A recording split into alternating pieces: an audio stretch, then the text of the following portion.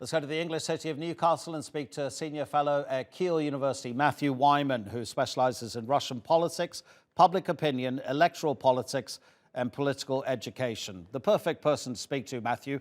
Do you think that possibly the cancellation of Russian personalities across the world has gone a bit too far? I mean, why would a Russian sports person not be allowed to compete in an international competition? I've read of Russian directors of cultural institutions who have not been speaking out against Vladimir Putin having to step down. Yeah, well, look, I think in relation to high culture, this is simply a reaction to some of the horrific things that people have been seeing playing out in Ukraine. I think it's just this point of sending a message that if Russia wants to behave in this kind of way, then it's going to be isolated from the world, and not just it's not going to be able to buy products from anywhere else in the world, but its citizens are going to be cut off. They're not going to be able to travel. They're not going to. So many aspects of the lives that they've been living in the post-communist period won't be possible. I think in relation to sport, it's very different, because of the national prestige that comes from sporting success. And of course, also in sport, there are all the questions about state-sponsored use, state-sponsored drug programs, and so on, which have been putting a cloud over Russian sport for some years now.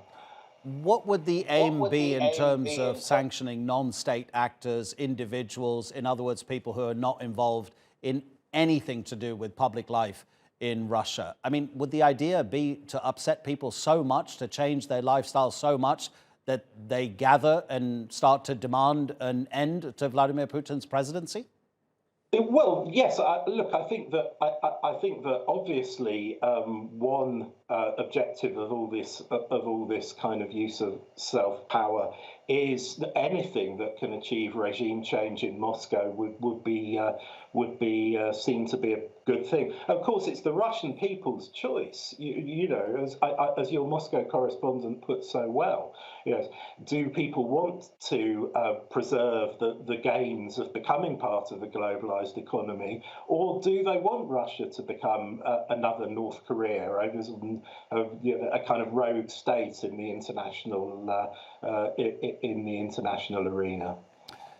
So, Matthew, your specialization in political education, I was just wondering whether you feel that Vladimir Putin and his long time in power has helped to politically educate the people of Russia, because some people say that his tactic is actually to throw so much at them, including misinformation, that actually they become confused about what's real and what's not. So that would almost be political miseducation? Yes, I think you put it very well. The whole purpose of this kind of regime is precisely to sow confusion. If you can make people uncertain as to what is true, then you can claim anything. And so when we get these kind of signals from the Kremlin saying, well, of course, we're not targeting civilians and we're not bombing maternity hospitals. This isn't that, everybody knows it's not true. But the point is, there is no source. If you're reliant on official information, there is no source for making sense of the world. So it's kind of it's the total destruction of politics. Politics just becomes whatever the regime wants it to be, and there's no kind of sense in which there's any kind of independent source of a sort of alternative direction for Russia, and that's been the whole direction of state policy under Putin.